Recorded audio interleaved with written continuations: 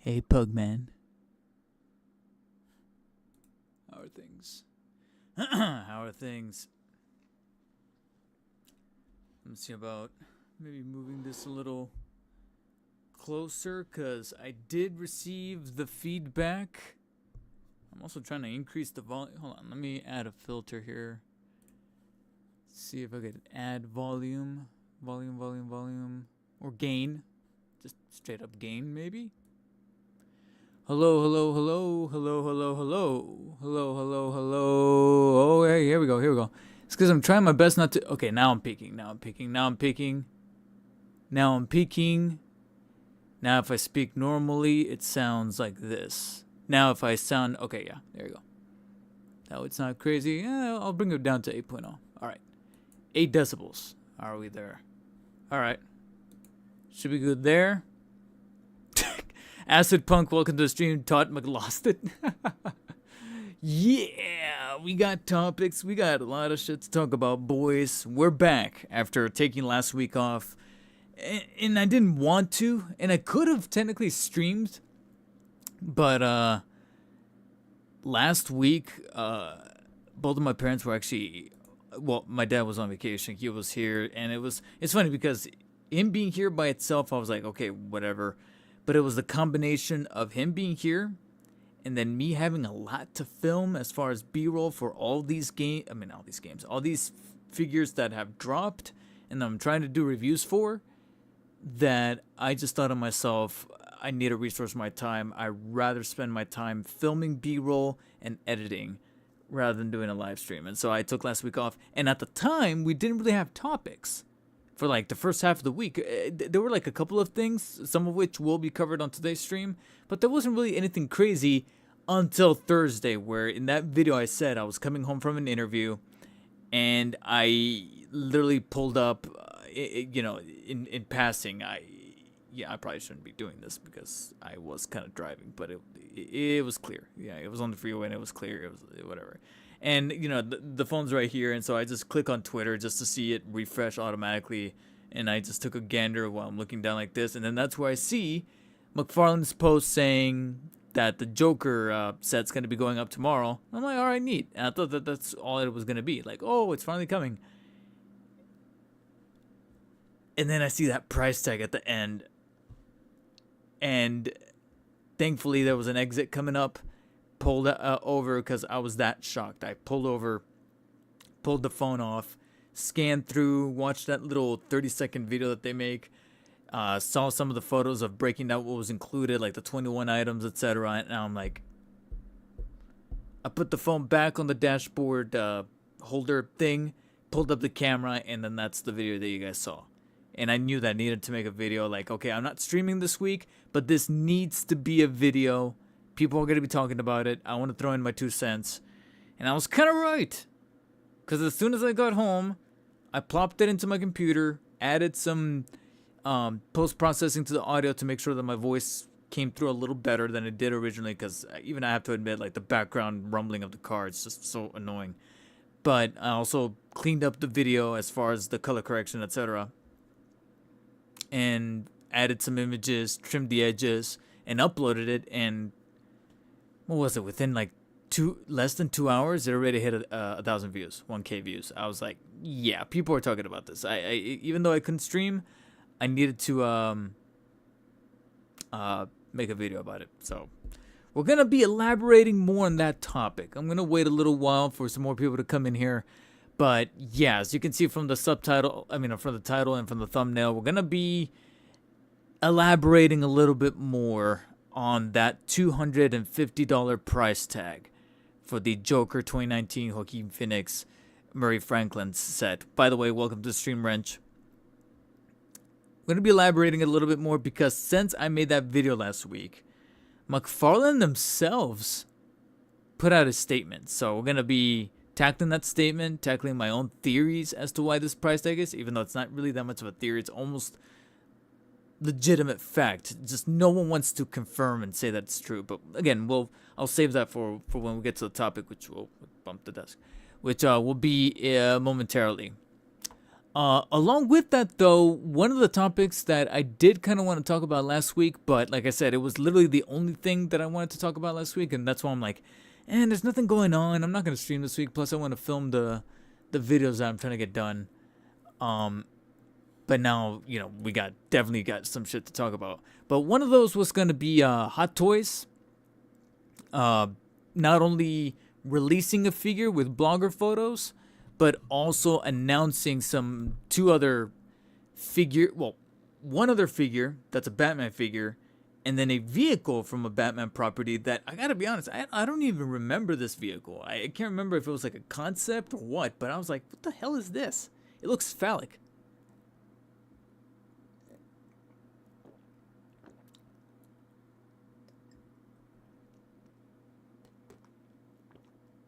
So I kind of want to touch on that a little bit. Just a little bit.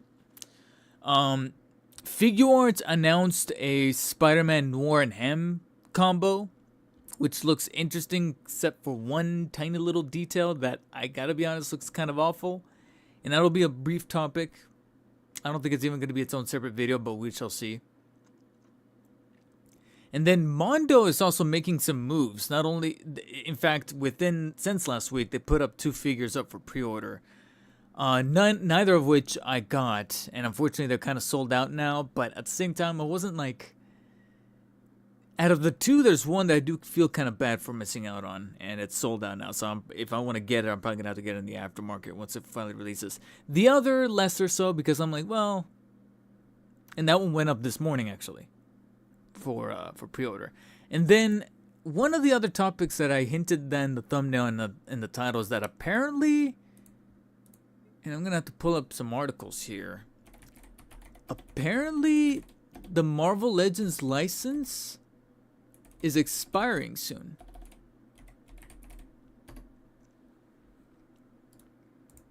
And I even have a Reddit page here saved up that with some people kind of talking about it on both YouTube and Reddit. Now, here's the thing. Multi-year extension. This was back in 2020. Oh, I'm pulling up articles. We'll talk about it in broader detail. But yeah, this is interesting. At the same time, I'm like, exactly, we don't even know what's going on behind the scenes, really. That guy at 3245, welcome to stream. Rusty Shackleford, I bought 4 of them. Rusty, you bought 4 of the Joker sets? Please tell me that when you say you pre-ordered on one of the storefronts that doesn't charge right away. Because I'm going to confess to you guys right now, and I'll reiterate later when I tackle the topic. I did pre-order the Joker set, but I did it through the storefronts that don't charge right away. And this thing's not set to come out until, I think, the earliest March. So I pre-ordered just one on Amazon and one on GameStop. That's it. One of each. And furthermore, I think the Amazon one I might have to cancel because I heard rumblings that I think in like January or February they're gonna start putting like windows of when you can cancel, and if you can't cancel by this time, too bad, we're gonna charge you. I read somewhere, I'm gonna have to pull that up, but I think I read somewhere where it said that they were like, okay, yeah, we know people are just like buying these, cracking them open, and then returning them, and now they're on to us, boys. Basically. So I'm like, shit. Or either that, or I think to a much more draconian extension, they're noticing that a lot of people are doing what I'm doing, which is like to pre-order, but then later on changing their mind and canceling the pre-order, even though no money was ever taken. But now Amazon is getting stingy with that and saying, okay, then let people who really want this to pre-order when it sells out. Granted, the Joker set's not sold out. Last time I checked, it's still available everywhere for good reason. But at the same time, it's some kind of policy that they're probably doing because of probably the smaller stuff, whether it be McFarlane toys or Marvel Legends that are selling out. And they're like, hey, we want to make sure that the people who genuinely want this get it. Granted, do I really think that Amazon is just that much of a good Samaritan? No. They want to keep that money. They want to make sure that they're going to have that money later on in the future. Which is why, even though in the video that I put up for the talking about the Joker set, in that video, I said that I was going to pre-order through Amazon, maybe Entertainment Earth, and I'll get to Entertainment Earth, but maybe Entertainment Earth, maybe GameStop, and Big Bad Toy Store. Literally, while I was posting that video and filling in the metadata, like the description and all that stuff, I was like, shit, I don't think I'll be able to do Big Bad Toy Store because this is $250. If my math is correct, for a little while now, Big Bad Toy Store has been charging non-refundable deposits on certain products like over $150. And it used to just be Hot Toys, and I would understand Hot Toys because it's Hot Toys figures, 1/6 scale premium figures.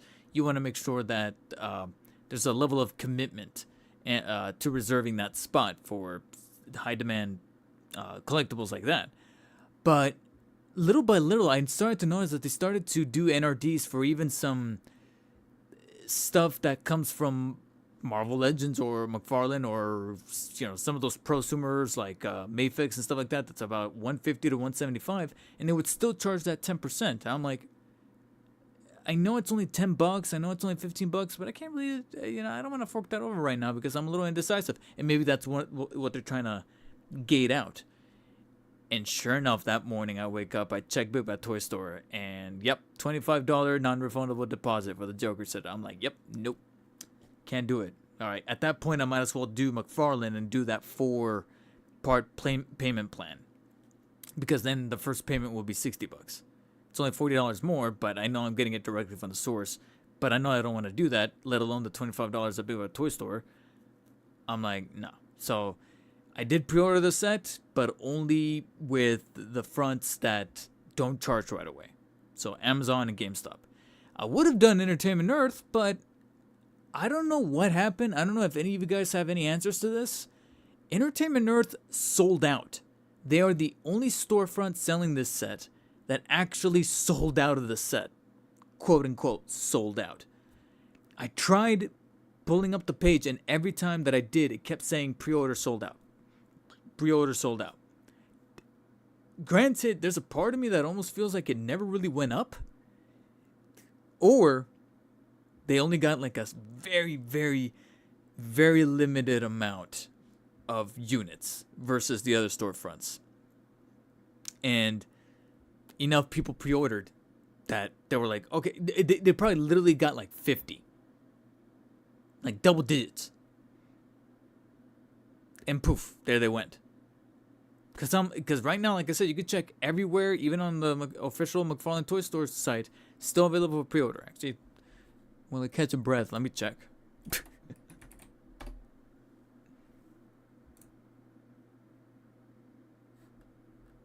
Yep. Still up on the McFarlane Toy Store site. Ship Smarts, $250. Still available for pre-order.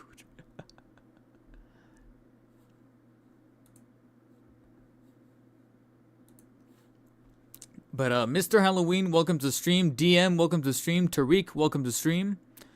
DM, did you watch The Penguin? Penguin is a good show. Me and my girlfriend have started watching the show. That's going to be one of our couples shows, relationship shows, boyfriend and girlfriend shows. We've only seen the first 2 episodes. We know it just ended recently. We were banking it because we didn't want to wait week to week. So that way we can do like 2 episodes at a time. I'm loving it. I'm digging it. I am digging it. It is going to be a little strange if and when Penguin shows up in Batman Part 2, but he's not dropping F-bombs. You know what I'm saying? Now it's going to be kind of strange. Or, like you did in the first movie, only 1 F-bomb, but it needs to belong to the Penguin, because it's going to seem unnatural for him to say friggin' or what the hell instead of what the fuck like he does in the show. You know what I mean? I'm like, I would do it. I've seen all at 8. It gets better and better. No spoilers. All right, yeah, please, guys, no spoilers. We've only seen the first 2 episodes. And there's 8 episodes? Okay, perfect. Then two, two, two. So 4 sessions, me and my girlfriend. We're going to eventually get to them. But yeah, we're digging it. We're really digging it. I can't remember if you talked about it, but what do you think about the Flashpoint 2-pack? That, from what I can tell, I mean, I could be wrong, but from what I could tell, it looks like the cowled mask is smiling, but I hope it's not. I'm hoping it's just a grimace, but it's cool. Like I said, I already own the original release. Probably for the sake of content, I'll probably pick up this double pack. I just do find it a little cumbersome that in order for people who missed out on the first release, they're gonna have to buy another 2-pack that comes with Flash, and it's like, you have to, or at least the Reverse Flash figure, and you have to get that. But it's cool that, as long as you slap on the 17 plus age restriction, he still comes with the guns. That's good to see. Did you hear about the dude who made the Man Arkham meme? He died a few days ago. Wait, what? What's the Man Arkham meme? That guy, do you have the Doomslayer 1/7 scale Dark Horse Direct Mondo figure? I do not. Ever so often, I do look at some of those Doomslayer figures, like the ones from like Good Smile Company, I think they're called. And they do look pretty cool, but I just know that in terms of like priority, I have to, especially if I was just a collector, wouldn't be a problem. But since I'm a content creator with content focusing on Batman and Spider-Man, there's times where I'm like, I have a set amount that could go towards that Doomslayer figure, or I could just keep that money for now because I know that it'll cover the upcoming Mayfix Spider-Man, the upcoming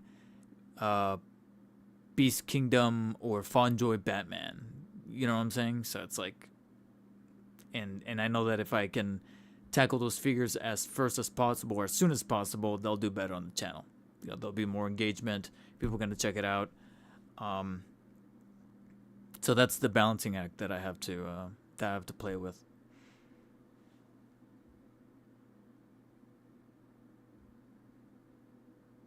But yeah, Tariq said 250 with a 4K player poster and signed lithogram would sound better, but still bad. Yeah, like I said, I'm putting more oxygen into my lungs because we're going to tackle that topic. Maurice Phillips, welcome to Philip. Welcome to the stream. Tariq, I would not want him to say that. That would be cringe. Hasimus Prime Edits, welcome to the stream. If I think about it, they should have made the Joker set 80 or 90 because McFarlane figs. Okay, see, you're doing the math that even I was breaking down. The more I thought about it that Thursday night, and the more I was like, okay, here's how we have to like explain that price point when we get to the topic.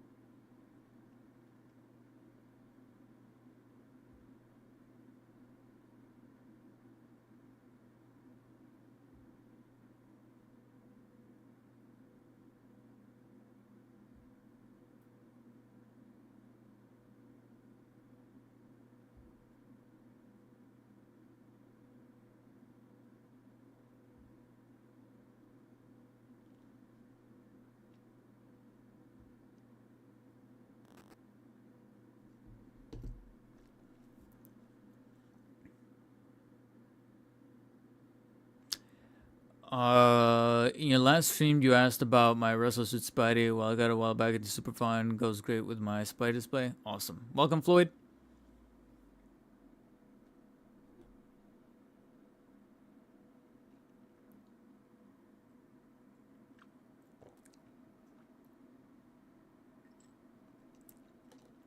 I'm also trying to do better by putting honey in my coffee, so it helps out the throat. Kind of helps. I'm such a nerd. I just saw myself on the screen with the giant ass Batman mug.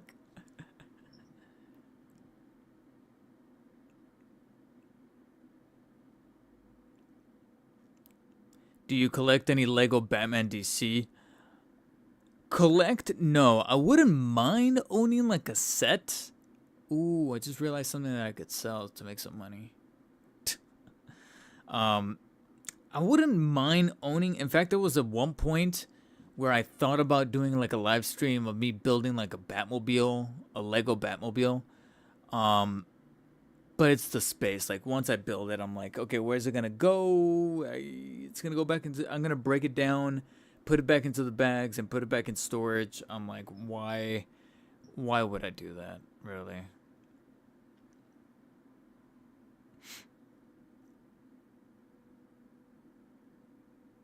At least in this current juncture, like maybe once I move out, I can have like a den set up where that's designated for streams and such, and that's where in the background you'll have the Lego Batmobile, the Lego Batwing, something Spidey related. Although I gotta be honest, when it comes to Legos, I'd never think Spidey. I always think Batman. Probably the most buildable stuff that he's got going on.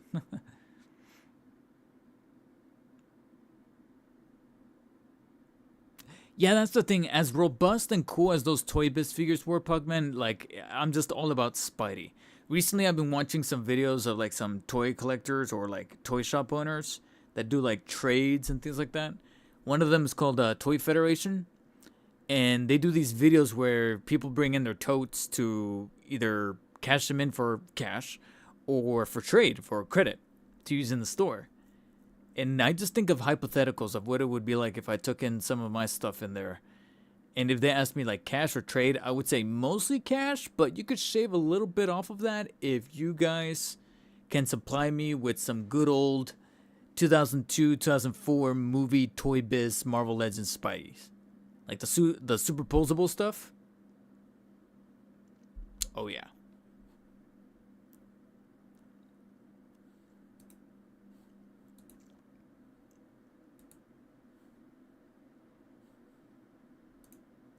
Let me go over to Twitter because I'm about to get ready to talk about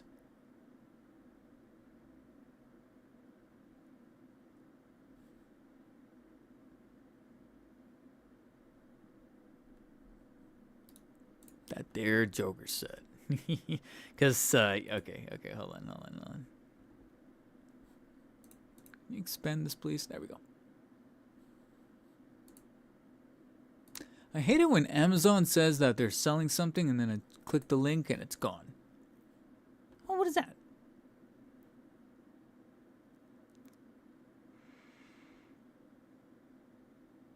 Right now I'm currently saving up to a Mezco Dark Knight Returns Batman figure. Sadly, I didn't get it when it came out years back, so now I knew they made a 89 Batman, but when did they make Returns? I travel between Lego and figure lines. Sometimes figures get stale, but the Lego sets become super exciting. The Gotham City skyline would be a sick backdrop. Oh yeah, there's that one too. Use that as a background for my reviews. Ooh, I'm getting ideas. I'm getting ideas. Johnny Shen, welcome to stream. What do you think of the new Build-A-Figure Justice League Task Force? Just picked up the Batman for it.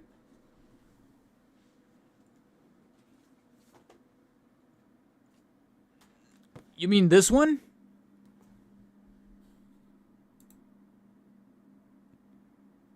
You mean this one?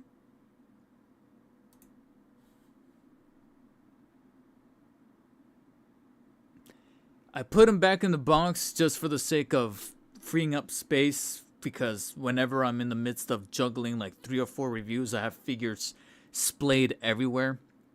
So I wanted to clean up my space here and keep it from literal dust falling on it or risk damaging it or knocking it over. So I put him back in the box. But the review's already filmed. I already filmed the review. And let's just say that once you see the buck that's being used, there's not a whole lot that I can really say too much of it. It was a very quick review.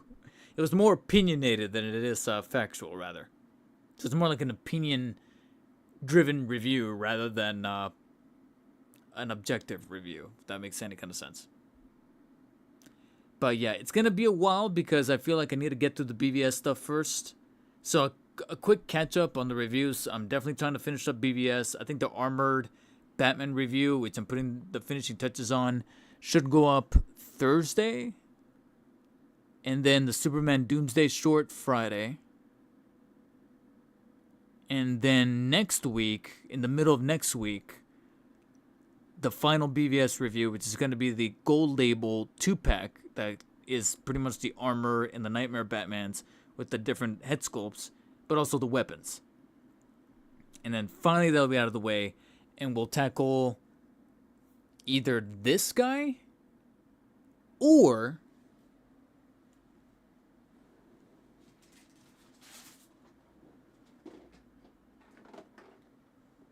this guy, who is actually not in the box. I wonder why.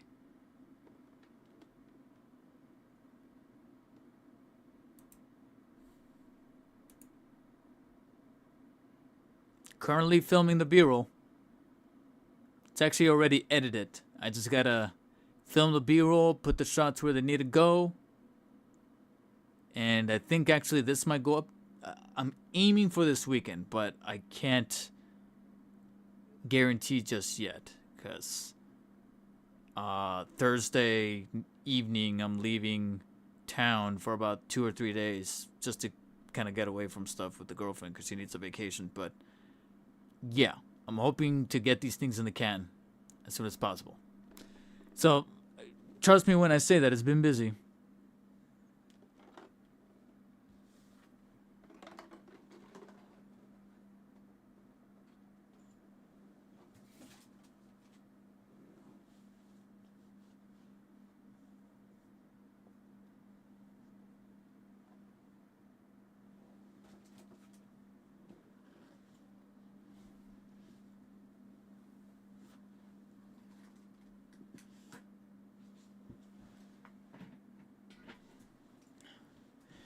Running over my cables.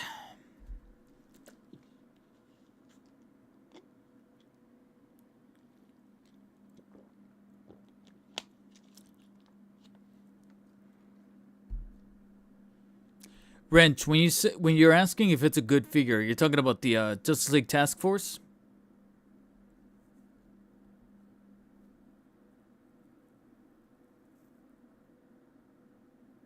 $60 or for the Superposable 2002 Spidey? Did you get it loose or in box? Because in box, there's no way that you got it for $60. There's no way. I'm sorry, but I refuse to believe.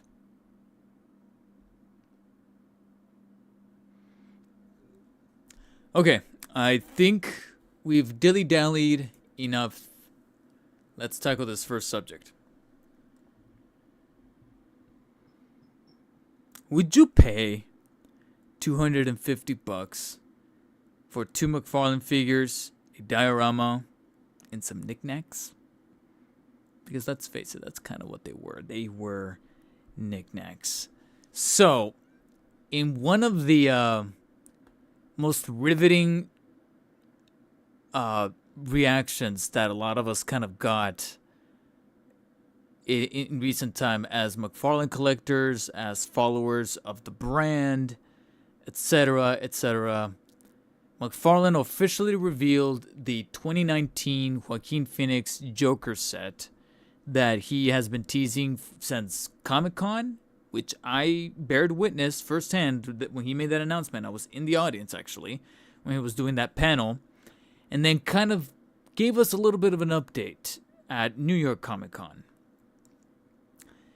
And now, finally, in fully realized 3D printed plastic form, we get our preview, our look at the set itself, everything that's included, the collectible lenticular looking box with like the reflective design on the front, the pre-order launch date, and then the price tag, $250. And almost everybody unanimously hated the price tag. How much did they hate the price tag? How much did they think that this thing was just way overpriced? It is. Let me see if I can do it.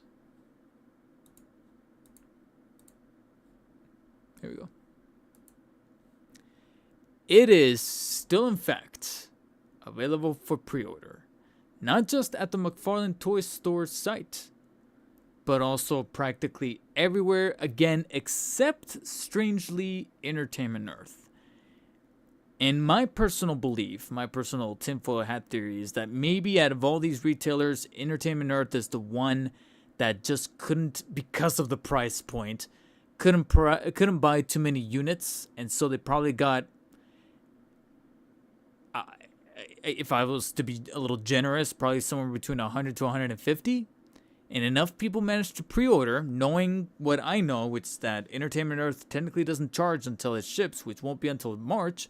People probably put down the pre-order. Maybe some retailers like Mike's Toys and Stuff, which I like to buy from here in the Southern California area, put down their pre-orders within a matter of minutes, and Entertainment Earth is the only one that managed to achieve selling out status. But Amazon, McFarlane Toy Store, Big Bad Toy Store, GameStop, I believe practically everywhere it is still available. And that's because people are simply just not biting this set, which includes 2 of the figures. Let me switch back to the product page here. Includes 2 of the figures, which of course is going to be the Joker figure, the Murray Franklin, Robert De Niro figure. They're included accessories, the mug, the microphone, 4 additional hands for Joker, his journal, the handgun, which is pretty surprising considering the whole weapons thing, the different face plates to swap them out for the different expressions, one of which has the blood on his face, and then this collectible card with a shot from the movie. Now that's what's concerning the figures. In the background, we're going to have the Live with Murray Franklin set, which has like the glossy finish, which, if I look a little carefully, it actually looks like it's made out of cardboard, because you can kind of see the trimming right there, and it looks like cardboard. So it's not even fully plastic. I didn't know that prior to even filming this. Even I didn't know that. But I would assume safely that the rest is made of plastic, except for maybe the back. Okay, see, this I'll give it. The if it's being used for this little thing here in the background to make up the cityscape, okay, fine. If that's cardboard, it's affixed to the windows, which are plastic. All right. I feel like the floor should have been plastic, but that's neither here nor there. You have then the desk, the 2 chairs, and even the plant, which are separated pieces that you can kind of move about. And there you have kind of like a little bit of a breakdown of how everything's going to be held together inside of the set. But then you have what is arguably the thing that I think, to me, bloats this setup to $250. And on paper, it seems like a very pointless thing to do. But at the same time, there's a little bit of an explanation. So we broke down the set. We broke down the figures that are included. You also get pretty much paraphernalia from the movie. Also, as it says in the description, also includes life-size prop replica items. A full-sized Arthur Fleck, Dr. Kane, full-size Arthur Fleck Joker notebook, a "Don't Forget to Smile" sign, which apparently is going to be made out of metal, an open mic night poster made out of paper, which is the Pogo's Comedy Club open mic night set Thursdays at 7 p.m., yada yada yada, and then a cardstock of Forgive My Laughter cardstock, which is basically that little card where he gives to people when he's laughing and he can't control himself. He's like, hey, I have a condition, this is what this is. These are probably the items that are placed inside of this set to beef it up to the $250. Because let's break down exactly what everything kind of accounts for, right? Like, let's try to break down, you know, what on average everything kind of goes down for here. I'm going to be generous and say that each of these figures, both the Joker figure and even the Murray Franklin, I keep wanting to say Murray Franklin figures would be about $30 each. Because $30 is how much a collector's edition figure is. And I personally feel like each of these figures at best, are collector's edition figures because of the amount of accessories they come with. I'm going to say, all right, let's say that each of these guys are collector's edition figures. They usually retail for $30 each. So let's say that this right here that you see in this image is $60. So there's 60. Now we have to account $190. Let's go over to the set. We'll get the Murray Franklin set, the diorama. It's made out of cardboard and plastic. It's arguably probably going to be a little hollowed out. What do you guys think that this goes for?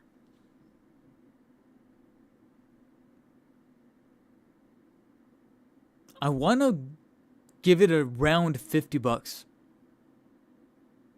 So let's say that the two figures with their accessories combined is 60. This set is 50 with the plastic, and even, like I said, maybe if the floor was a little tougher and weightier with plastic filled in, like resin, okay, but no, you can see right there, it's blatantly cardboard. It's cardboard. Come on, guys. Come on. And then the rest is going to be plastic. And then, like I said, the window panes with the background there, that's probably going to be cardboard as well. I'm going to say this is all at least $50. And again, that's me being a little bit on the generous side. So 60 plus 50, that's $110. If you want to throw in just a little bit of slack, $120, which is the price that I saw a lot of people in the comment section for my video that I posted last week say is probably the most they would have paid for this set, $120. And I gotta be honest, I would have felt comfortable with that. It wouldn't be the best, most like bang for your buck price. Still would have stung a little bit, but I would have understood it. And I would have understood it enough to put down a pre-order through McFarlane Toy Store. I probably would have. So we're missing $130.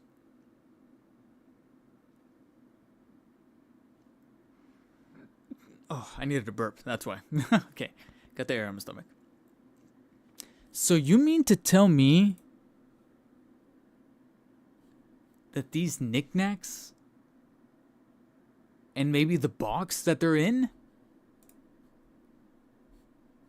is $130?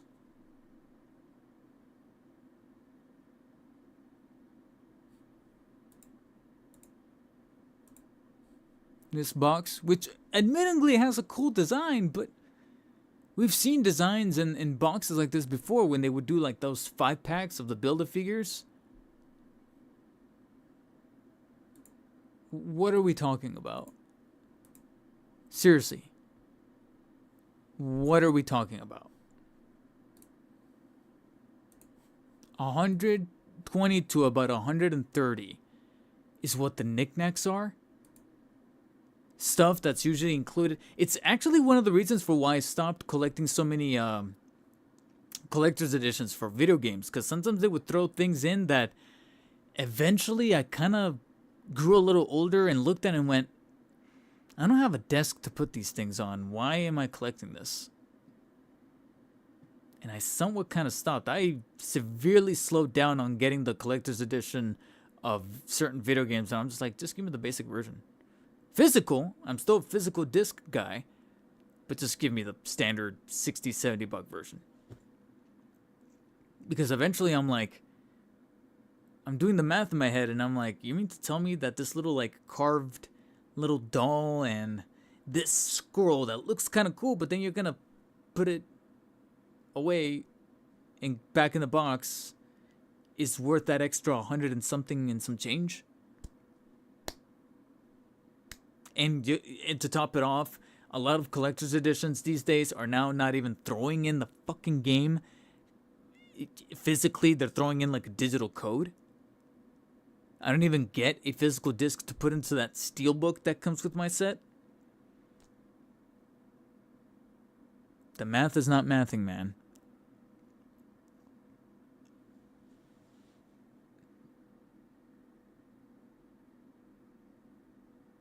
Acid Punk, I'll do you one better. I honestly, I had to stop myself because that's actually the other half of this topic. Because we were all just kind of, like I said, in very crazy disbelief as far as this price tag, to the point where it does feel like it's sitting for an awful lot of these retailers. And I think somebody here said, what would it be like if this sits? Who said it? Johnny Shen, what do you think will happen if it sits?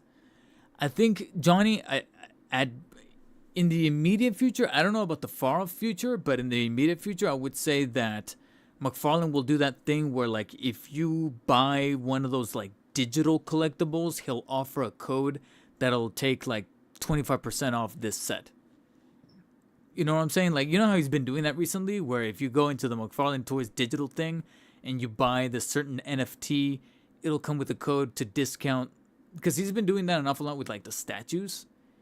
And I feel like he might do that with the Joker set, if it doesn't move enough. Now, since people have theorized immediately, and this is the vibe that I got as well, that this price is not so much accounting for what's included in the box and included in the set, but I think McFarlane bit off more than he can chew when he bought this license, especially after the dismal return or diminished return of the sequel. Because for those of you who have been living under a rock, we got a sequel to Joker, Folie à Deux, and it was no kept secret that the movie tanked, commercially and critically.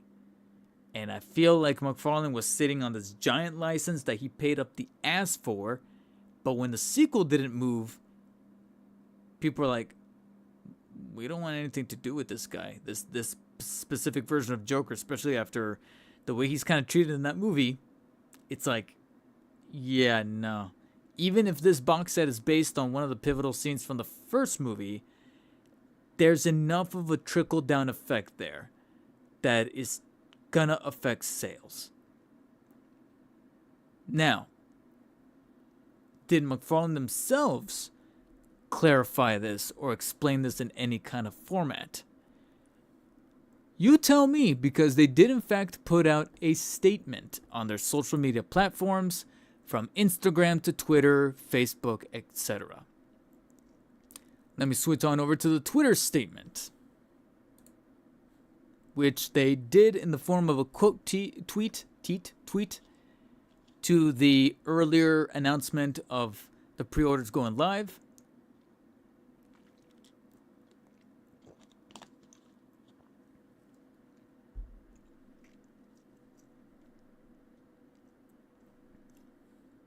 Okay. Oh, excuse me. So, it starts right here. We've heard your feedback. Sorry. It's funny how they call it feedback. We've heard your feedback about the pricing of the Joker movie set and wanted to take a moment to address your concerns. Due to the mature... Wait, is my camera... Fine. Okay, yeah, there you go. Due to the mature nature of the Joker movie, we faced unique restrictions on pricing options, which made this approach the only way we could release the product. Despite these limitations, we remain committed to delivering a very limited offering that truly feels worth it. That's why we packed as much value into the box as possible with exclusive details and features we hope you'll enjoy. You're going to keep hoping, all right? Your feedback means everything to us, and we'll always strive to provide the best value while honoring the characters and stories you love. Thank you for your passion and input. It's what inspires us to keep improving. Translation: we were forced this price by WB, because that's how much the licensing cost, and we needed to keep it at a certain point. And who knows? Here's the thing: is that you could kind of paint it in two different directions, where McFarlane bought this license for a huge sum, and when he saw that the second Joker movie bombed, and he is not getting that big of a return on investment, he's like, well, that thing's got to be $250. After they put out the statement, it actually kind of clicked something in my mind that I completely forgot about and re-remembered, if that's even a term. And that is true. Warner Brothers does have a bit of an iron grip on this specific interpretation of the Joker as far as licensing for collectibles and action figures and such like that. Now, in no way, shape, or form am I saying that that completely takes McFarlane off the hook. They still took the deal. They still said, yes, we're going to sign on the dotted line to make this $250. You still did that, McFarlane. Nobody forced you to do that. You always say it yourself. You don't need money. But you signed on to do this. You could have just left it alone. I'm sorry. You could have left well enough alone. Just like they could have left the first movie be one movie, but no, Warner Brothers needed to make a sequel. And here's what I re-remembered, is that they're not the only ones that had to kind of make a statement similar to this. If any of you are familiar, some of you in the comments were mentioning Hot Toys. For those of you who are acquainted with Hot Toys, you should also be acquainted with their current somewhat competitor, InArt. And InArt is also going to be making a 1/6 scale Joker figure from the 2019 Joaquin Phoenix movie. However, no matter how cool looking theirs looks, there you go, with the rooted hair, the likeness to Joaquin Phoenix, the face, all that stuff. However, there's a catch. Kind of similar to that of the McFarlane side. There's no such thing as a singular release for this Joker figure when it comes to InArt. They are not doing any kind of single release. You're either doing a 2-pack with a partial bit of the set from the Murray Franklin show and the accessories, or you're doing a 4-pack that I believe goes for like $1,500, and then the double pack is about $800 or $900, something like that, with the direct deposit already at $200. Yeah, that's the only way to get this figure. Why? Because according to a representative at InArt, they legit said that WB says that we need to have it at a certain price point and can't go below that. And in order to satisfy that price point, we have to do 2-packs or 4-packs. We can't do a singular one-figure release. So you can't get Arthur Fleck by himself. You can't get Red Suit Joker by himself. You either get these two, or you get the 4-pack that comes with these two additional versions of the suit, where you have arguably the one that I think everybody looks at and goes, why is that here? Is him from the hospital scene where he drops the gun. And then they threw in, like I said, a few more accessories like the Everything Must Go sign, the suitcase, etc.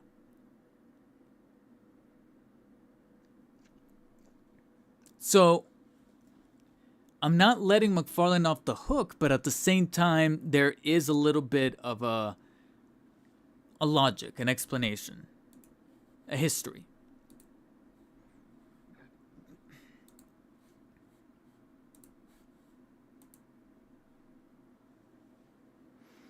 Prime One also made a $900 Joker site. There you go, $900. It's almost like a set amount.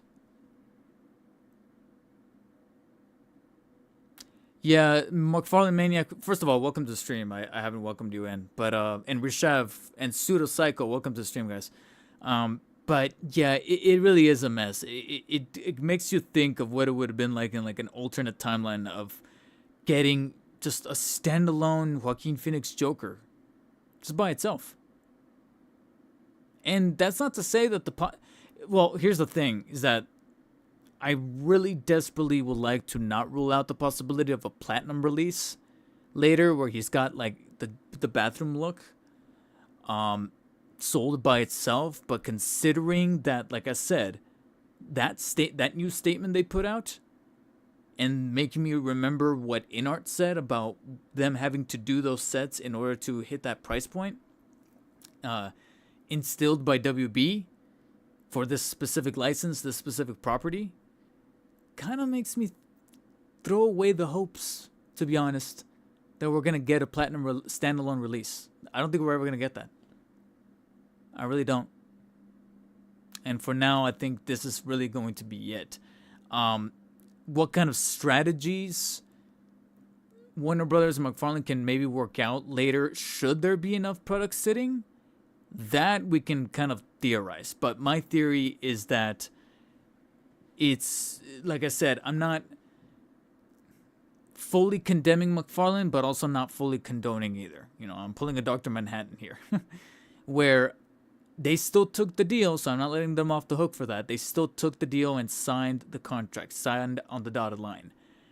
But likewise, WB, you know, nobody told you to make a sequel and you did, and now you're trying to make back on that lost cause in the form of licensing. What were you thinking?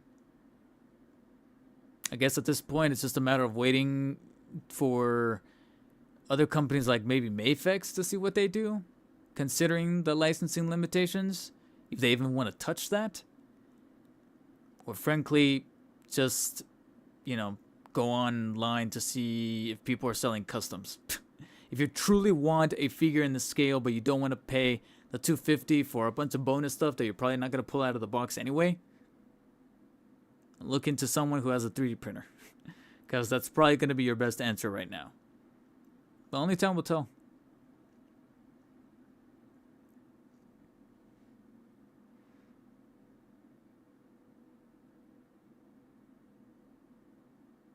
Ooh, Rishev, you bring up an interesting point. Chat, what do you guys think? $250, but you get 4 figures. So standard Joker, the Murray Franklin, but then, like you said, the other 2 looks, the Doctor and the bathroom look. And maybe the Arthur Fleck, regular, no makeup, no costume. 5 figures, like a Build-A-Figure, and then the set, no knickknacks. Honestly, that would have been, I probably would have done it. Shit.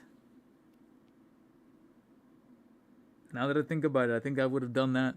I probably would have put down the $250. It would have stung, and I probably would have done the payment plan, so I wouldn't charge the whole thing. But it would have gone directly to McFarlane. If they have done that, that would have been cool. Don Von Doom, welcome to stream.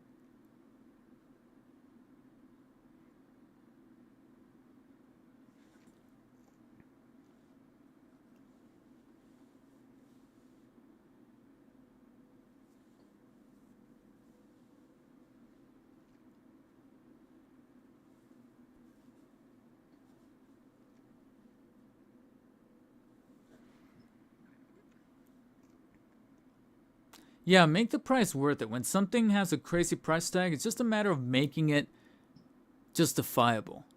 You know? So $250, but then you get like 4 or 5 figures in there. That means each figure's about $25. Okay. Makes sense. The budget won't allow them. Oh yeah, I mean, we're just being hypothetical, Tariq. But yeah, you're right, you know. They're like, oh, well, we have to do the knickknacks because the tooling and all that stuff, they only gave us a certain amount of budget. Like, then again, why did you take the deal? He took the deal.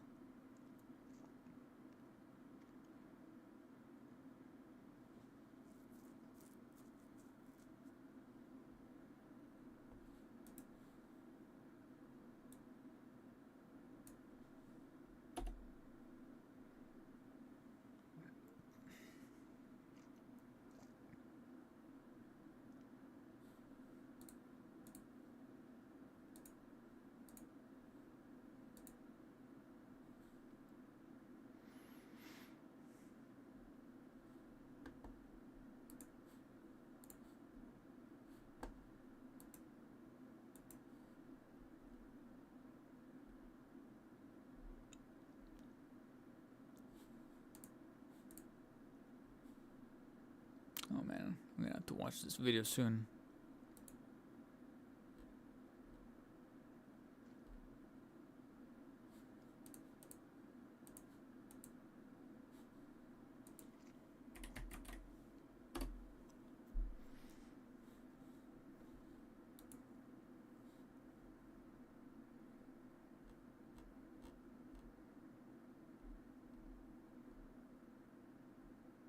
Speaking of in-art as well, guys, I'm currently facing a dilemma. Because speaking of in-art, I got an email and an invoice from 1/6 Kit. Let's just say that they're over there like, hey, you're paying up or what? I'm like, fuck. It's time. It is time. God damn it. I can't believe it. It's funny because in a matter of speaking, I can pay it, but at the same time, I just know that I'm going to be broke for a while.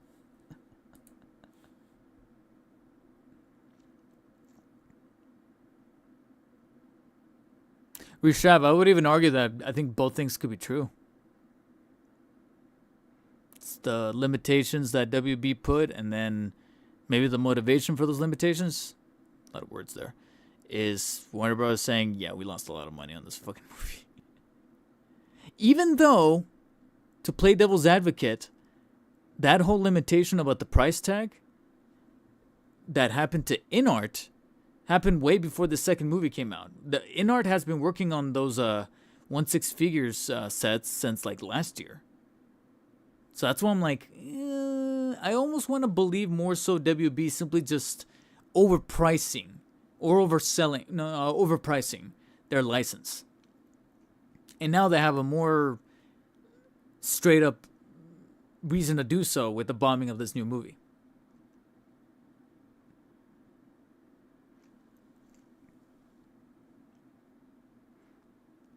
Acid Punk, I actually think that 6-pack was $120. I think that was $120, which means you get 6 figures, $20 each. There's $120. So you're kind of, was it $120? Hold on. Ultimate Movie 6-pack. McFarlane.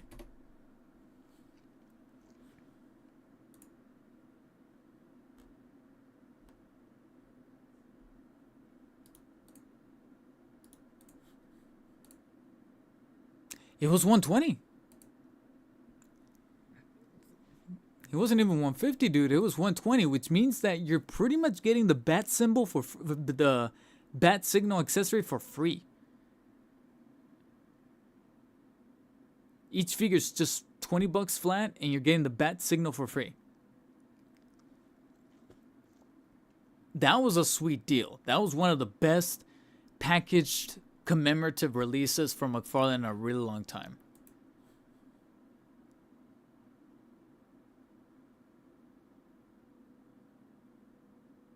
Yeah, look. I actually have the page pulled up.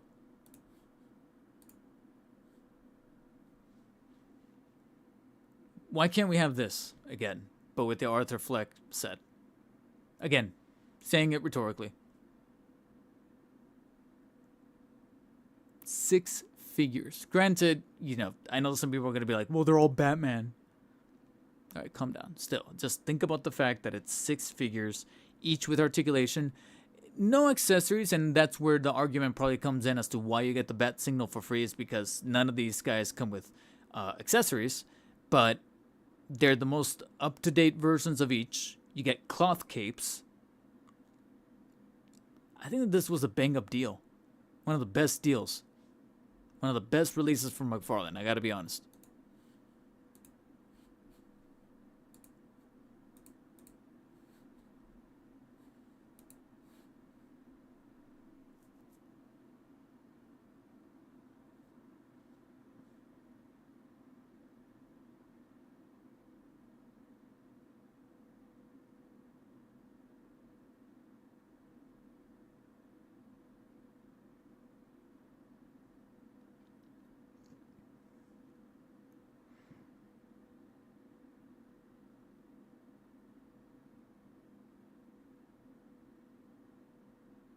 Oh, Brian's new dishwasher. Welcome to the stream. First figures I collected were the homies back in middle school.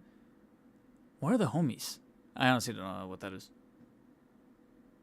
A Superman pack? I gotta be honest, Mr. Halloween. Now that I think about it, they're overdue for a Superman pack. And the fact that they haven't done it, maybe next year when the new one comes out. If they don't release one next year with a legit new Superman movie coming out, then I was kind of going back and forth as to whether or not this is true, but I will officially subscribe to the notion that McFarlane really does not like Superman. That will be an admission. Sorry if I hit the mic. That to me will be an admission by McFarlane that he hates Superman. If next year the new movie comes out, but he does not do an ultimate movie 6-pack or 5-pack even of Superman, I'm like, you did one with Batman. I don't know. Literally, why don't you do that with Superman? I'm not even the biggest Superman guy, and even now I'm like, give the guy his own set. You've had a lot of actors already.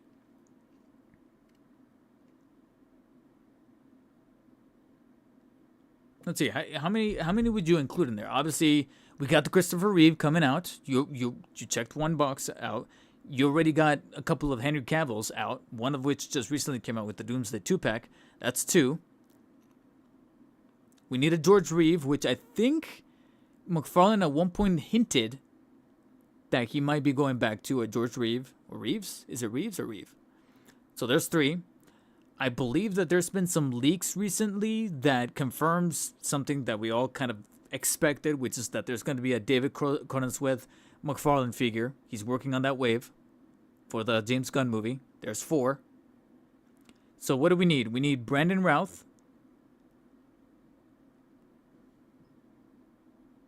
And I'm talking about the movies, because I know that it's easy to want to bring in Tom Welling or Dean Cain, but they're TV shows. So I don't know if they're going to want to mix up the medium there. Wouldn't it be hilarious if the next time... Wouldn't it be hilarious if our 6th Superman is the next figure that will have the greatest Ben Affleck license or likeness? And it's Ben Affleck as George Reeve in that Hollywoodland movie where he's wearing the Superman suit. And that's the 6th Batman not the 6th Superman in the Superman movie set. That would be the ultimate troll. I would say, fuck you, and I love you, McFarlane, for doing that. Because that's the only way we can get a Ben Affleck head. Let's pop that motherfucker off.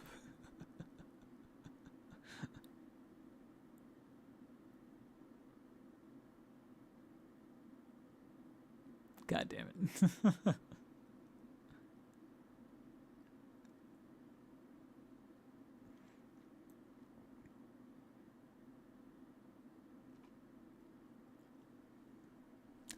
All right, so next thing that I also wanted to talk about, some of you have hinted at it, is Hot Toys. Hot Toys went kind of crazy a couple weeks back. Crazy to the point where it was actually my only topic for a little while that I wanted to talk about, but at the same time, I just didn't think that there was enough there to justify a full show. But then McFarlane had to go and be crazy with that $250 set. But now, I figured, you know what? Let's go back to that release of the Dark Knight Joker 1/6 scale figure. But what makes this guy unique is that this is one of the first artisan figures. Now, if I'm not mistaken, this should be the artisan. Yes, okay, this is the artisan because we have a mix and match here of artisan and sculpted blogger photos. And these are blogger photos, which means that this figure has officially been released. It was announced and it went up for pre-order literally in July of last year. July of 2023, if I'm not mistaken. I could be wrong, but it was sometime in the summer of last year.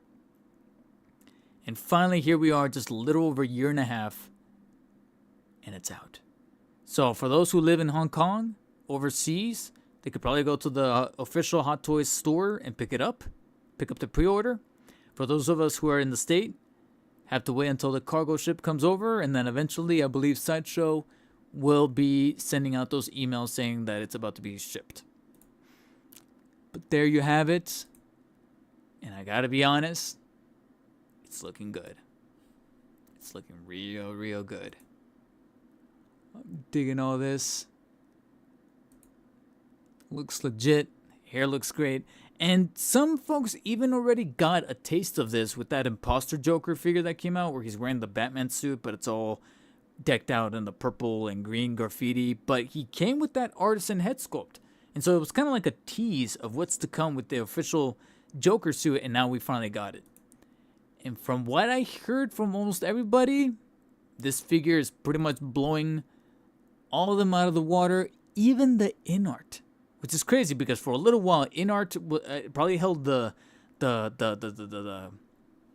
crown as far as realistic Joker 1/6 scale figures with like rooted hair. But Hot Toys may in fact have gone crazy and cooked with this one, as the kids like to say. Because every time I see a blogger photo of this thing, I'm like, oh my god. And the reason why I'm reacting so is because I, in fact, did manage to put down a pre-order for this. It was one of the most stressful mornings of my life. Waking up, going on my phone, and watching that queue countdown, and I'm like, I don't think I'm going to get it. I don't think I'm going to get it. And it refreshed, and there's that green button said pre-order. I was like, holy shit. And I got it. I have a pre-order for this. Which means that probably in about, when were these? November 7th. It's been almost 2 weeks. So I want to say in about another 3-ish weeks, maybe 4, maybe a full month. That email might be coming in from Sideshow saying, hey, we're about to get that Artisan Joker. Make sure all your information is clean. Because, yeah, man, look at this. So, yeah. Trust me when I say I'm looking forward to it, but my wallet is not. My wallet is not. But rest assured that I will try my absolute best to bring you guys some kind of review. And some kind of comparison with like the original bank. I'm sorry, not the bank robber. The police officer Joker set that I have. To show how far Hot Toys has come with their Joker figures, because this is nuts. Look at that. The pencil. Yeah. So this is sick. What do you guys think?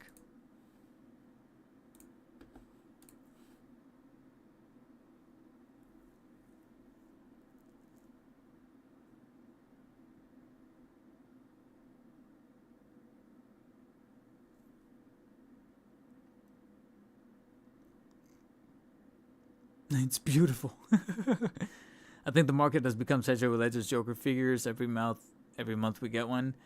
Yeah, but when they look this good.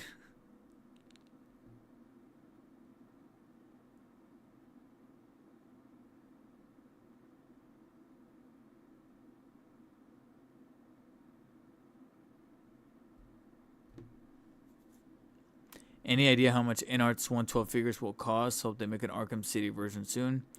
I mean, no idea, but I think the vibe that I'm getting is that they're probably going to price them around like Mayfix Figure Arts price points. So somewhere between like 110 to 120. Or even Amazing Yamaguchi, if I had to suspect. So that was an official like release from Hot Toys, but a couple of announcements were made by Hot Toys.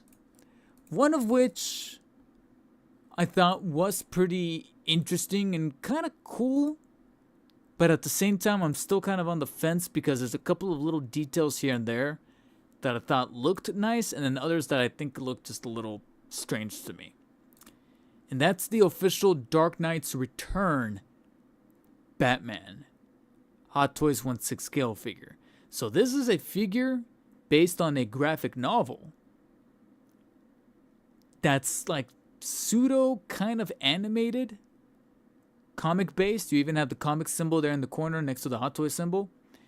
But I guess what kind of makes this kind of, curious to me to talk about is the fact that it's not Hono. Because recently they've been doing figures under the Hono brand when they tackle something that's kind of like animated or comic book looking, like the black suit Spidey lifted from the comics, the animated series looking Magneto, the animated series looking Wolverine, both the yellow tiger stripe suit and then the brown suit. I feel like I'm missing one. Oh, the Spider-Man, the classic Spider-Man with the reflective lenses and the diorama and the camera. So I was kind of expecting this to be similar to that, but it's not being labeled under Hono. It's just being called a straightforward 1/6 scale figure. And on the first glimpse, it looks kind of cool, but at the same time, I feel like they went with such a beefy body that you can even kind of see in this picture where they're trying to replicate the cover that I don't know how poseable he's going to be. He's looking a little restricted because of this specific body sculpt. Now, the cloth, it's cool to see that they're going for like a really clothy fabric to keep it from flaking, especially when you move the joints. And overall, the aesthetic being mimicked from the Frank Miller Dark Knight Returns is nice. So if you look at some other photos here, like right here, the body looks way better. Not the greatest, but better. But the mouth plate, guys, the photo with the Sharpay, honestly, kind of nails it. I do not like this mouth plate. It looks like it's just melting. His face is just melting. The creepy smile, I gotta be honest, I actually like the creepy smile better. Because it reminds me of the scene where he's fighting the mutant leader in the pit. He's like, "This is an operating table, and I'm the surgeon." I was like, all right, this reminds me of that scene, and that's badass. It's the default face that I'm like, ugh. That needs to be updated. In my humble opinion, that needs to be updated. Here, again, the body doesn't look all that bad. The pleathery look to the boots and the gauntlets, although that's where I think my concerns for flaking probably come back into play. The pose looks nice, but again, I don't like this face.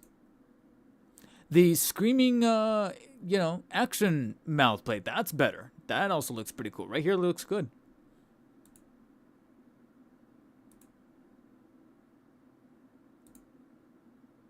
But again, it's these wrinkles right here. God damn. Like that he comes with the rifle. Yeah, but overall, it's just like I have very, very mixed feelings. And when it all comes, it's all said and done, I know it's got the Hot Toys label. I know it's coming from Hot Toys. But there's certain shots where even though the suit doesn't inherently look all that bad, it also doesn't look like newly developed body portrays Batman's muscular physique. At the same time, you can almost kind of swap this in for like a third party. It almost looks a little third party. Like a good third party, but a third party nonetheless. I could have sworn that there's been other companies not too long ago that have made figures that look just like this based on the Dark Knight Returns property and look just as good. Maybe they won't have like the refined tailoring of the suit that's Hot Toys level, but they'll be able to do something. Let me check. 1/6 scale Dark Knight returns figure. So I'm not going to type in Hot Toys. I just want to see what I'm given. Because outside of Hot Toys, I know for a fact that there's another company who did... Oh, whoa, is this it? SSR. There you go. That's the company. SSR. Look at this.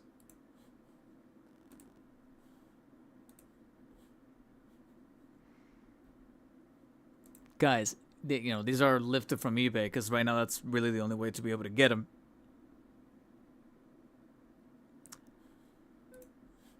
But look at this. If someone were to say that the SSR looks a little better, I can't... Well, I don't know if that's SSR. I think that's another third company. But the SSR specifically...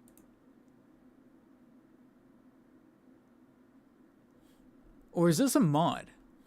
No, okay, so maybe that's a mod, but I could have sworn that there was a third company that did... And even if these are customs, some of these customs do in fact look kind of better. And right here, look, Rovanic Studio versus SSR.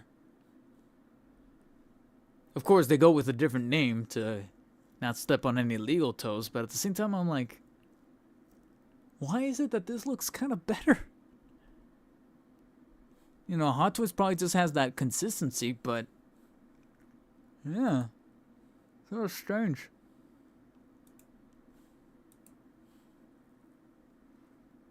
Isaac Long, welcome to the stream. There's also a Mesco. Yeah, Aztec Punk, but at the same time, I'm trying to keep it within 1/6 scale.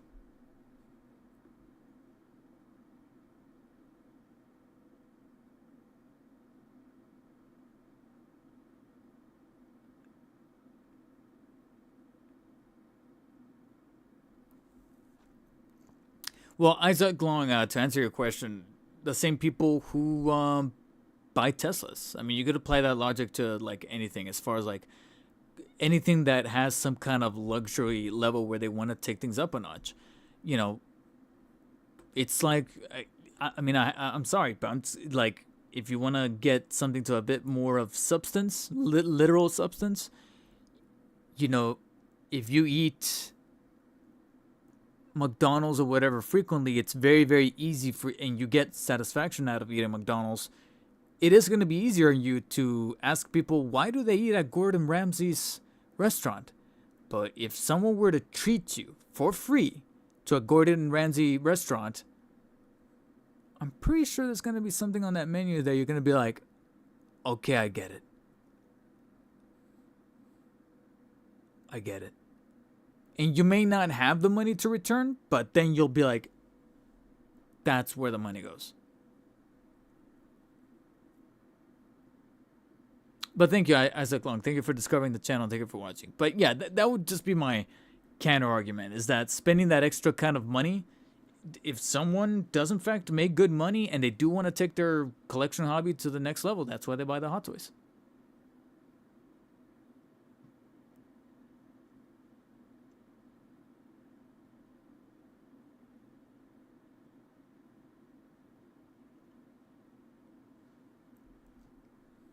Now, what I don't get, that is completely lost on me, is Hot Toys' other recent reveal that I look at and go, excuse me? Hot Toys is making a Bat missile.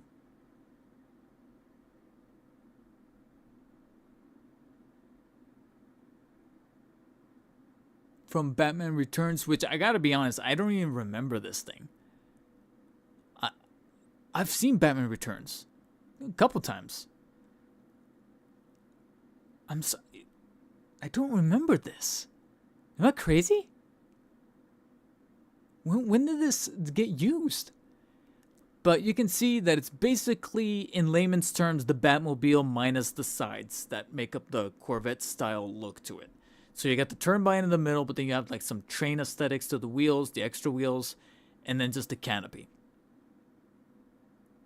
In Hot Toys format, as far as the construction and the quality and such. So I thought, okay, that's kind of interesting. But what really hurts this, on top of already the rather phallic nature of the set, and also the slight disassociation. Yeah, see, like it really looks like something else. Yeah. The memes on the side. Okay, but yeah, like I said, it's a very niche product. Jeez, that's in my face. And here we have a breakdown of the dimensions and such with an open canopy and LED light up functions. But who is this for? It's undoubtedly for the die-hard Batman Returns fans, which I'm not. I like Batman Returns, but I'm not that die-hard of a fan. I'm not. And you can rest assured that they are confident enough that this is only going to be a niche product for the die-hard fans, and such have priced it at, I believe, like $650? Let me check.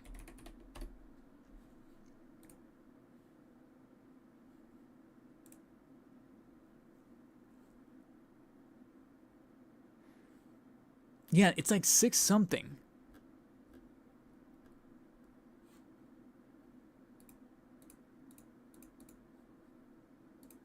Can't even find it now.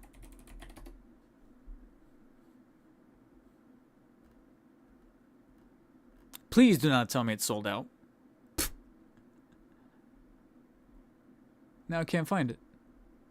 God damn it.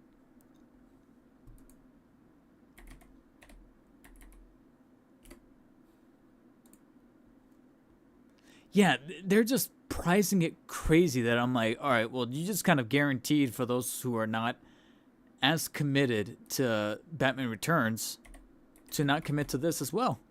So it's strictly for diehard people that need to have everything that's Batman Returns. Because right now, I can look at that and go, that's an one of the easiest Hot Toys passes, quite frankly. If I could, like I said, find an image, find a link to it, because for some reason the Sideshow page doesn't want to pull up.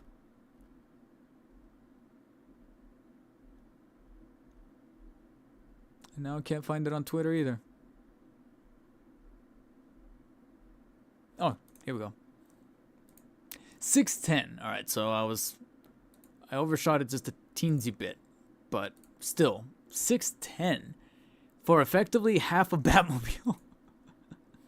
It's yeah, this is, like I said, they priced it because they're probably only gonna have a set amount of units, and they know that this is a very niche product for people who are just big fans of Batman Returns, and that is it. Which, more power to you, and you have at least a flexible payment plan, but outside of that, yeah, I think I'm good. I am most definitely good.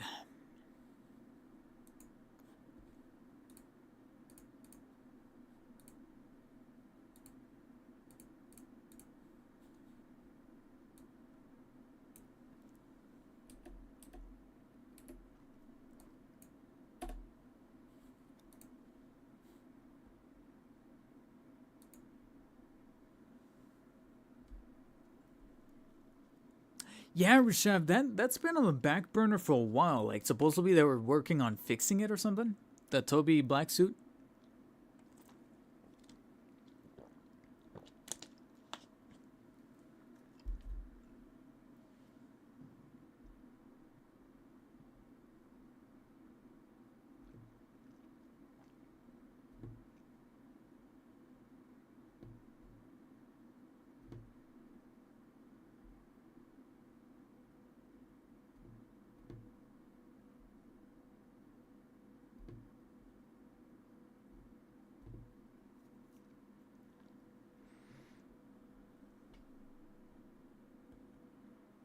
Don't let the sold out shock you. Yeah, I wouldn't be surprised if it gets sold out, but not because it's in that high of a demand. I think they're only going to make a few sets. Hot Toys back credit card 1-1 sale. That should be a knickknack that McFarlane should throw in with the Batmobile.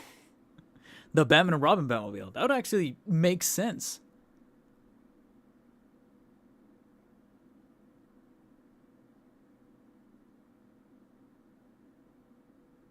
Yeah, okay, Maurice. Yeah, I believe it was only like a one scene. It was so passive. So all these resources into that? Meanwhile, we're like, I know you guys are working on Catwoman because Jazz Inc. put up theirs, so you got to compete, but why not just focus on that? Just focus on that. We probably would have gotten a reveal with it by now if you guys didn't work on the Bat Missile.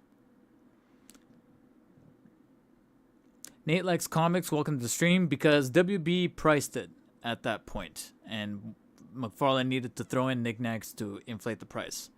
But at the same time, they took the deal, so I feel like there's equal fault with both of them, if I'm being brutally honest.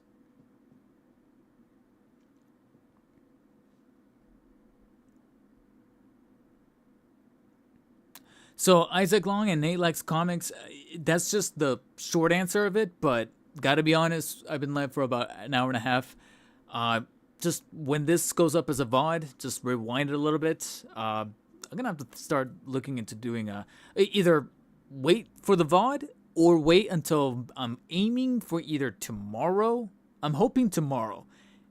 I will take the clip from that topic and splice it out and post that as its own thing. Hopefully tomorrow. I'm aiming for tomorrow because as you can tell, a lot of us are still talking about this. It's still on a lot of people's minds, so I'm like, I better strike while the iron is hot and post that as its own separate thing. So really, really quick, and this is a very quick topic. This is not going to be a huge thing. Posted it as a bookmark here, I believe. Yes, here we go. H Figure Arts did make a little bit of a tease / announcement because H Figure Arts, they've been unveiling a lot of stuff recently. They made some recent, Kamen Rider and Ultraman and Kaiju stuff, Godzilla stuff. They've also been tackling some of the more American properties. Recently, they did some Lord of the Rings stuff that look a little Nightmare Fuelish, if I'm being brutally honest. But sprinkled in there was also another Spider-Verse announcement. I was like, oh, that last Peter Parker with Mayday set looks kind of nice, looks adorable, kind of want it. Looking forward towards Spider-Man India.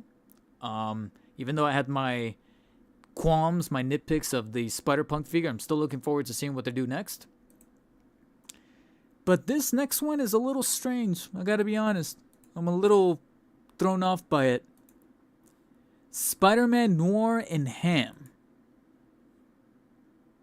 However, it has the Spider-Man Across the Spider-Verse logo, not the Into the Spider-Verse, but from Across the Spider-Verse.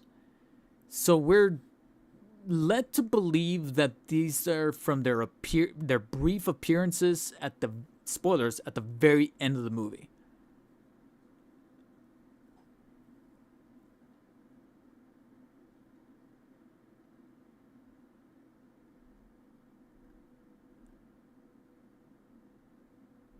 Interesting.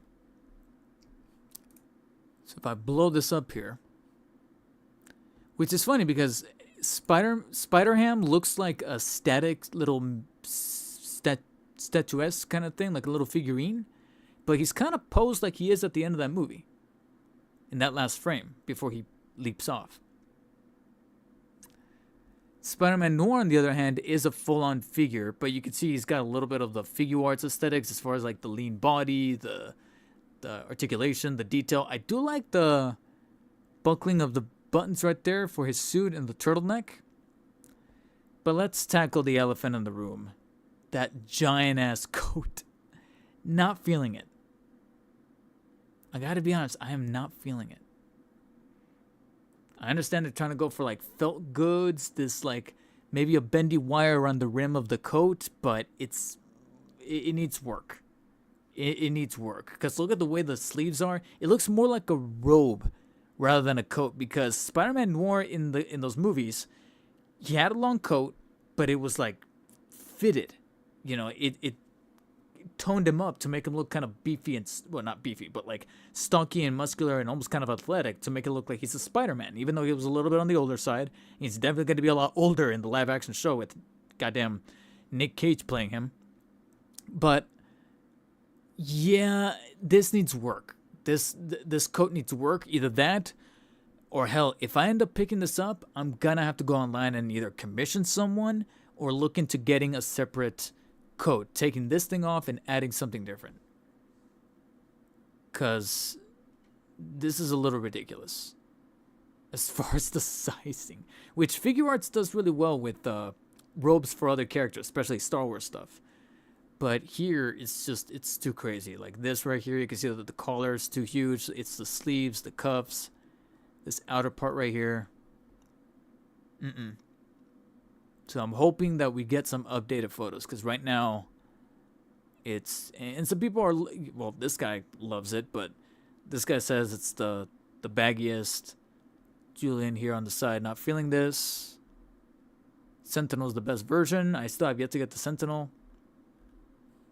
So yeah, I'll wait to see, but right now I'm a little disappointed with the code, but everything else doesn't look too bad. I just hope that they kind of refine that a little bit.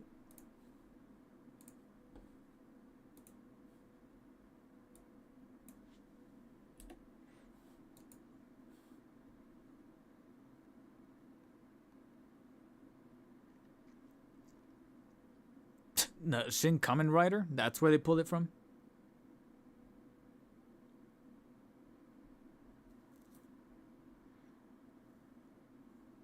I'm honestly planning on getting the Sentinel version of Spider-Man Noir instead.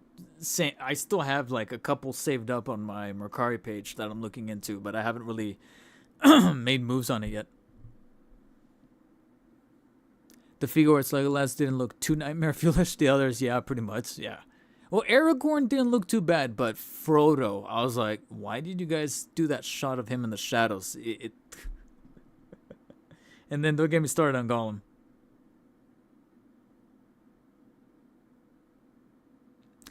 But at the end of the day, Nate likes comics. It's pretty mid, especially for, like I said, the replica stuff that I know I'm not gonna really mess with all that much.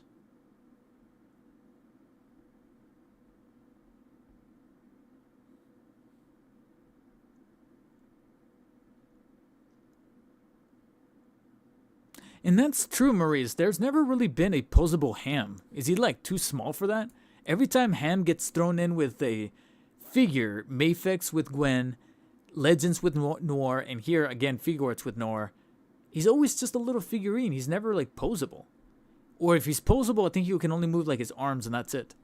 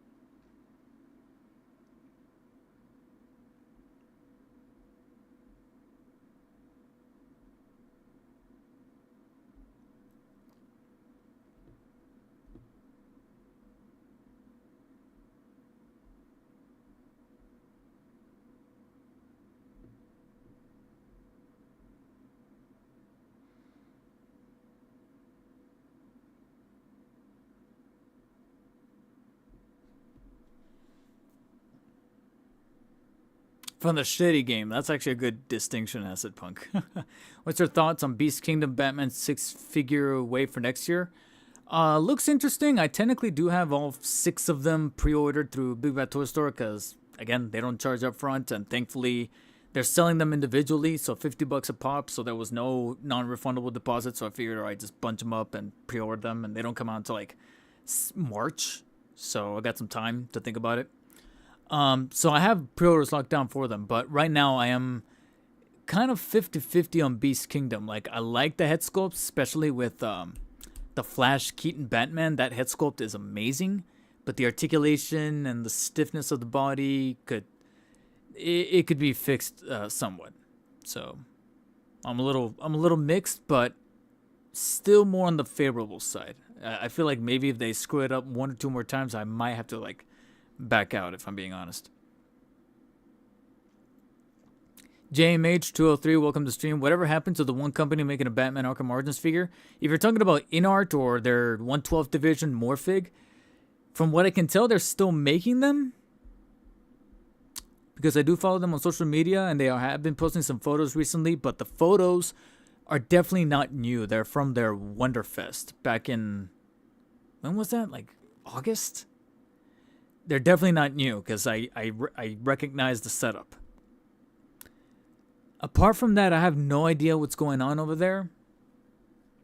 Without getting into too much detail, let's just say that I originally had an interview with someone over at Morphig to talk about that 112 line and to kind of hint at some upcoming releases and details. And that was kind of brewing when after I attended that event at Comic-Con in late July. And since then, they've not said anything, despite me trying to reach out. And at first I thought it was just me because I'm a smaller YouTuber comparatively. But let's just say that their 1/6 scale division, which is InArt, is also not replying or talking to people in the 1/6 community when it comes to interviews or correspondences. So someone over at InArt is actually, and that's towards both people that are bigger and smaller than me, but are in that community, that 1/6 scale community, that were told that there was going to be an interview, and since then there were like crickets. So we're like, what's going on, guys? And so I'm not the only one. So I don't know what's going on over there. I think they need someone who knows how to handle business relations, how to talk to people in the communities, both 1/6 scale and 1/12 scale. Because right now, I have a hair in my mouth, sorry. Not doing that bang of a job doing that. I'm still open to doing an interview, but where you at, you know?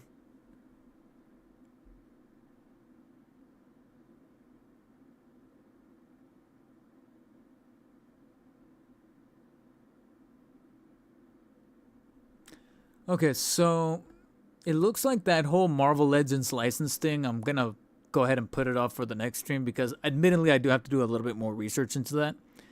So I'm going to end with one last topic, which involves our good old folks over at Mondo, which I believe I do have some bookmarks set up here to showcase what I'm talking about here. Mondo had some announcements, if I could find them, one of which actually went up this morning. So Mondo is making some moves on their 1/6 scale market. And among them are two in particular that are massive. Unfortunately, both are now sold out because they were exclusive to their site. I'm noticing that Mondo, little by little, they're not doing like fan channels anymore. They're only selling on their site. And because they're exclusive to their site, they sell out rather quickly. The first one, which I believe was like a month or so, like a week or so ago, 2 weeks, was their Terry McGinnis Batman Beyond. You guys can hear my voice is going out. Terry McGinnis Batman Beyond 1/6 scale figure. Going for $225. Limited edition, except it's not, because sometimes they do they do a standard version and then they do a timed version, and I always expect the timed version to sell out because it comes with like some exclusive accessories, but this time they just did one singular standalone limited edition, and as you can see, completely sold out. I missed it, and this is the one that hurts me the most, the one that I'm like, I kind of wanted it, but unfortunately it's exclusive to Mondo, and Mondo does charge upright for pre-orders. They don't do the whole pre-order now and you pay for it later. They charge right at the beginning, and I simply just don't have enough to cover this right now. I really don't.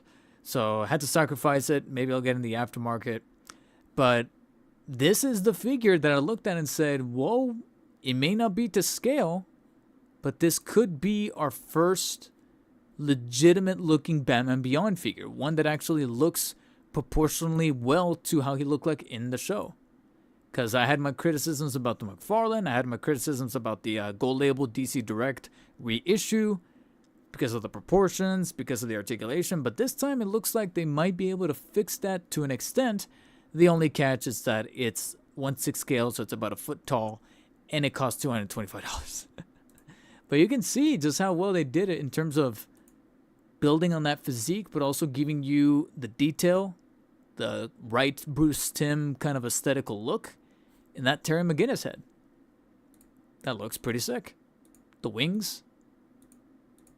Like I said, if you don't mind the scale, the egg, the batarangs, a different style of batarangs and shuriken, the loose mask, the different style of mask with, it kind of looks like blood. I can't remember if it was blood or not.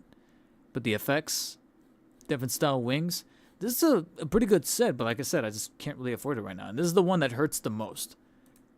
Because honestly, in terms of the way that he looks almost directly lifted from the show.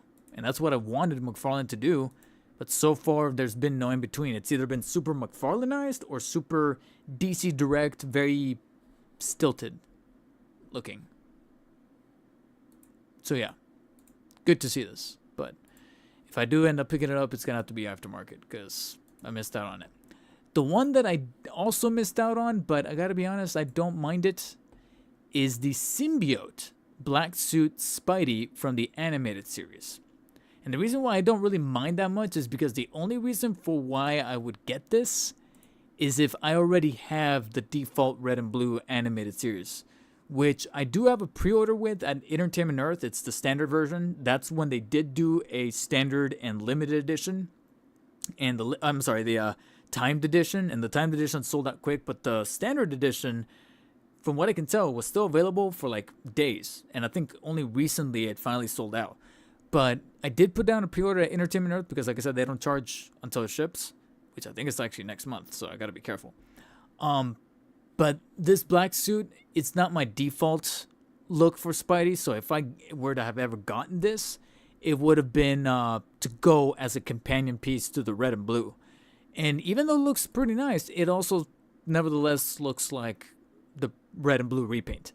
But he does come with an angry, aggressive Peter Parker head, the web accessories, Prometheus X. And then this, I can't remember what the glove is from. And of course some symbiote goo. But overall it looks nice. It's just like I said, a shocker. The shocker meme. But yeah, it would be a companion to go with the 1/6 scale default animated series. But I don't have that one yet. And here, the only way to have gotten this is to put down the pre-order on Mondo. And again, they charge upright. So I was like, I can't do that right now. So, but this versus the Batman Beyond, I'd rather get the Batman Beyond and get that in the aftermarket. This is more like if I have money to burn, and that's it. Looks cool, but I'm okay with it. But yeah, it looks pretty nice. This shot goes kind of hard. That goes kind of hard. I'm not gonna lie. So that's nice.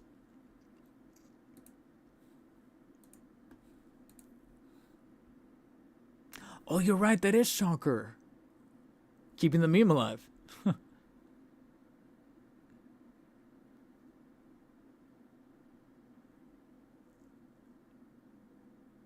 Hey, Transformers fan, welcome to the stream. You hope that McFarlane gets the license? Like I said, I'm going to have to do a little bit more digging because I honestly don't feel all that ready to tackle that topic yet. Plus, like I said, my voice is going out, so I'm like, you know what? I'm going to put that off for next week. And plus, there might be some developments. So, we'll see. What are your favorite pop culture movies aside from DC and Marvel? I hope Fonjoy gets more license down the line and make Predator. Lord of the Rings, I know it's kind of generic, but the Lord of the Rings trilogy, I could put that in the background and instantly I'm like, Jaws, one of my favorite films of all time. Again, rewatchable. What's another one? We're coming up on the holidays, so I would say Christmas Vacation. What's another Christmas movie that I'm like, yes? And please don't say Die Hard. I don't know.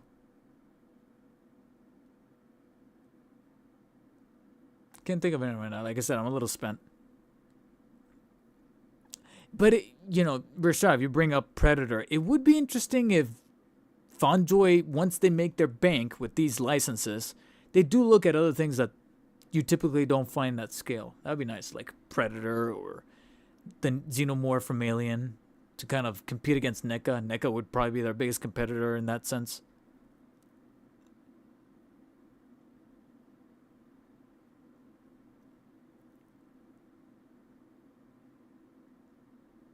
Acid Punk, you're stupid. They made that guy. I think his name is Spider-Man.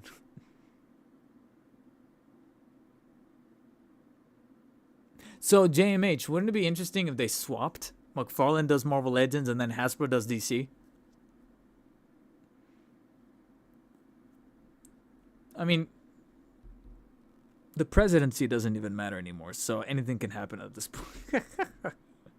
Let me stop.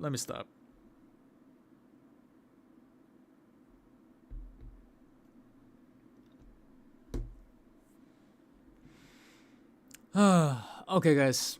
I think I'm gonna call it there. Like I said, my voice is running out. I'm running out of oxygen, and my mom's making dinner, but what she's making needs ranch. I really do want ranch, and I actually am out, so I think I might do a quick ranch run or sauce run. I don't know. I'll think about it. Oh no, the rest of the Alfredo sauce. Well, there's really not much left. I don't know. But yeah, I think I'm going to call it there, guys. And like I said, I want to make sure that this VOD processes as quickly as possible so I can splice out the Joker bit, talking about the set, and posting it as its own separate video for people who didn't catch the stream live or don't want to watch the VOD. So it only makes sense. So, everybody who tuned in, Rishev, Acid Punk, McFarlane Maniac, Transformers fan, JMH, SCS Prime Edits, Nate Likes Comics, Isaac Long, I know I'm going to miss some people. Maurice Phillips, Mr. Halloween. We had a lot of people show up today. Nice. Dom Von Doom. Brian's new dishwasher. Tariq. Johnny Shen. Wrench. Pugman. Pugman has been there since the beginning, actually. DM. That guy, 3245. Rusty Shackleford. And I think that's predominant. Floyd. There was only one guy named Floyd who popped in there earlier. And that's predominantly it. But in case I missed anybody, I appreciate you guys for watching today's stream. This was not a bad one, though. We got through almost every topic except the whole licensing thing. But like I said, I genuinely, not only am I running, my voice is running out, but also I think I need to do some more research. I don't want to jump into that and just make a bunch of assumptions. I really do want to extrapolate some more information. I'm really hoping the Legend symbiote Toby has a new mold. I hate the childbearing hips.